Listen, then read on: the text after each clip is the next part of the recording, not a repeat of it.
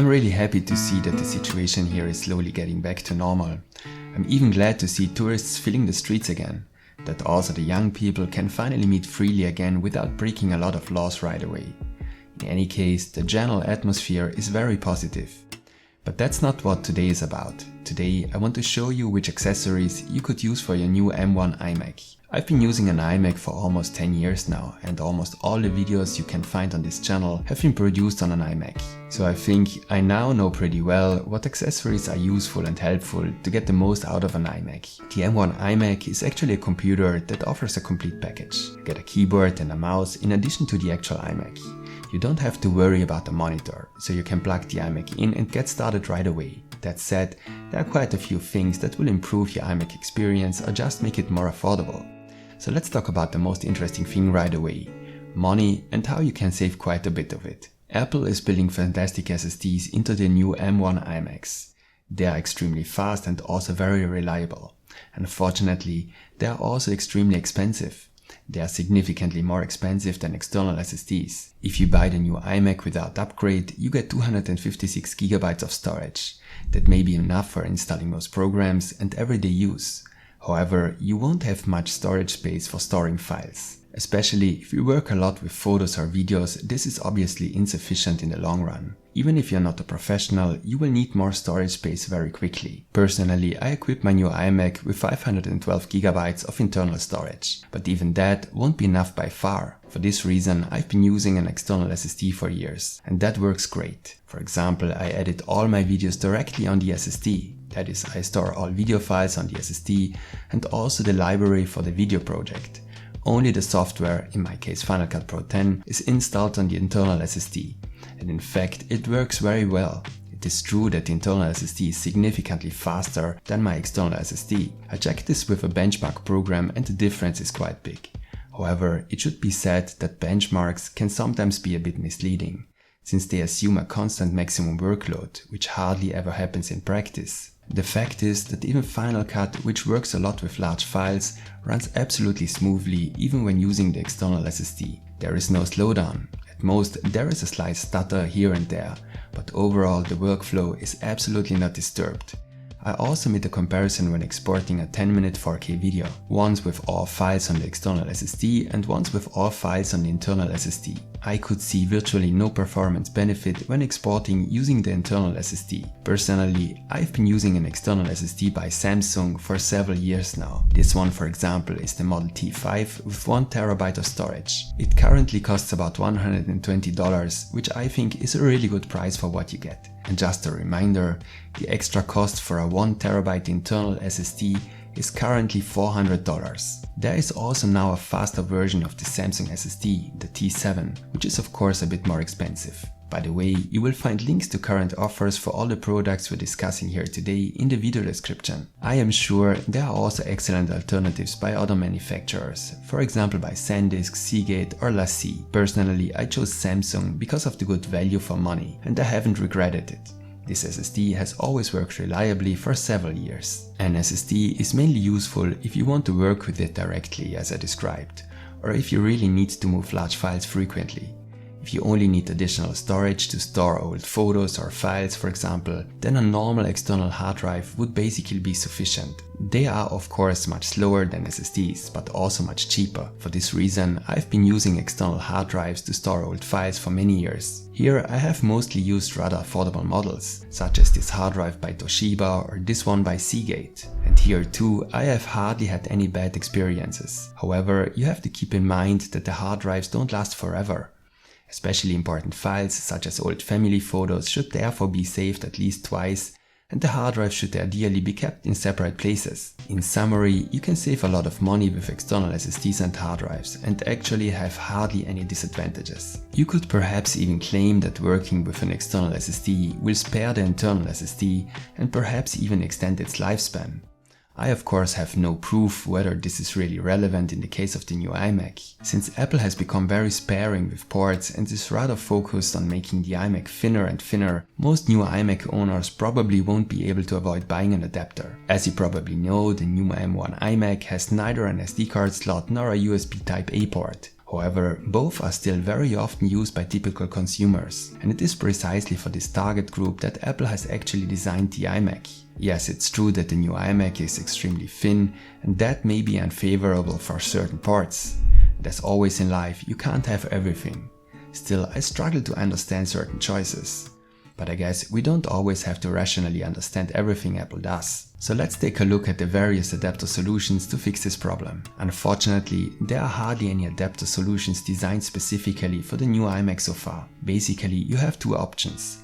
Either single adapters from say USB Type-A to USB-C or solutions that include multiple ports. Personally, I only use multi-port adapters or hubs. If you're looking for adapters with multiple ports, you'll mainly find such aluminum dongles. However, they were actually designed for a laptop, for example a MacBook. Over the years, I have tried several of them. Currently, for example, I use this one by Fitfort on my MacBook Pro and I'm actually quite happy with it. These multi-port dongles also work well with an iMac, of course. However, I think that they don't match the iMac very well in terms of design. Now, if you're looking for a hub specifically for the iMac, there are a couple of older hubs, for example like this one by Aukey that I used on my old iMac. However, it is useless for the M1 iMac because it has a USB Type-A connector and no SD card slot. So for my M1 iMac, I bought this USB-C hub by Satechi.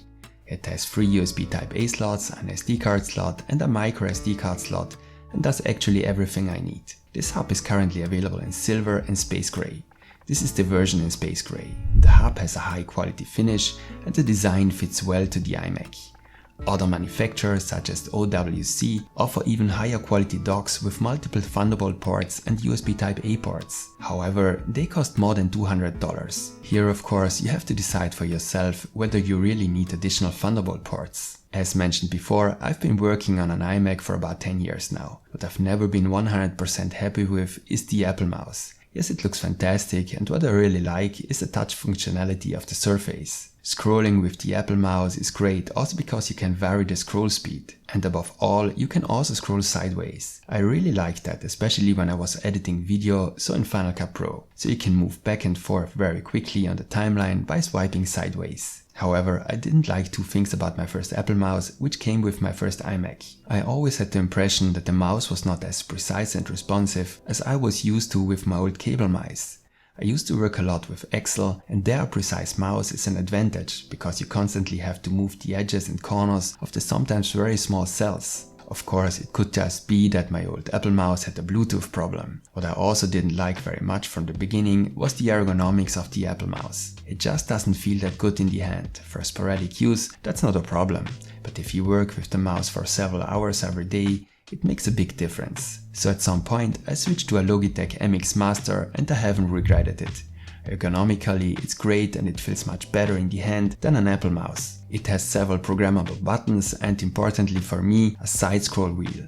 You can also switch between 3 channels, making it quick and easy to use the mouse on different devices. And that's even when the devices are placed next to each other. For the M1 iMac, I again chose the Apple mouse simply because I'm a mouse user and have never been 100% happy with a trackpad. The new Apple mouse looks almost identical to its nearly 10-year-old counterpart. I have to say that it is now significantly more accurate and responsive than the old mouse. So the first problem I had with the Apple mouse has been solved. Nevertheless, I still can't get used to the ergonomics. Personally, I clearly prefer the MX Master by Logitech, even though swiping on the Apple mouse is certainly a great strength of this mouse. At this point, however, I have to add that the MX Master initially had problems when used with the new iMac and kept hanging up.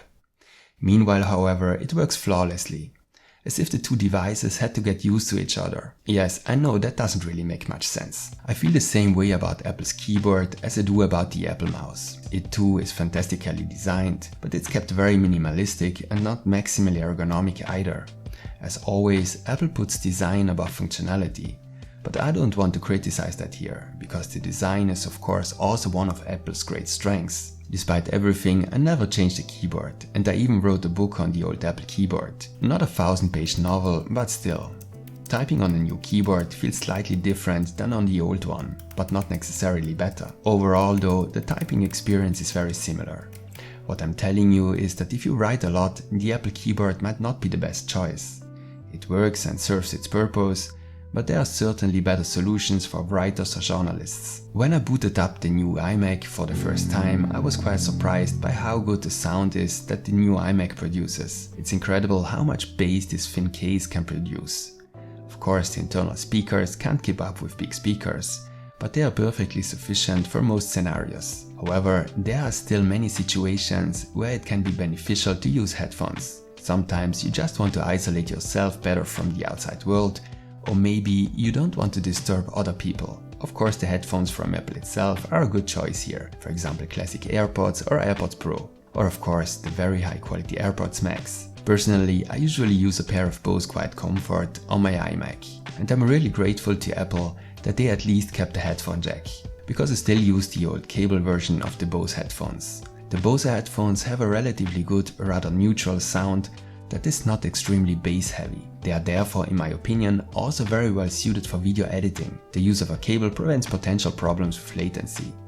This is another reason why I never saw the need to switch to a newer model. But again, I have to say, the market for headphones is large and there are many good models. Of course, I probably don't need to tell you that other Apple products can also be great accessories for the iMac. For example, you can use your iPad as an additional screen using Sidecar. This either expands your iMac screen and lets you easily drag items back and forth, or the screen of your iMac is mirrored and the image of the iPad is exactly the same as on your iMac. Although the screen of the new 24-inch iMac is easily large enough for most applications, the Sidecar features can be very useful. On the one hand, because there are still applications where an additional screen is advantageous. And on the other hand, because Sidecar also supports touch controls and even the Apple Pencil, which could be interesting for many people. With Sidecar, you can use the Apple Pencil as an input device on your new iMac. And with that, I've actually shown you all the accessories that I personally use for my iMac. Write it in the comments if you find any other accessories particularly useful. Give me a like as feedback if the video was interesting for you. There will be more videos about the new iMac, so stay tuned and see you next time.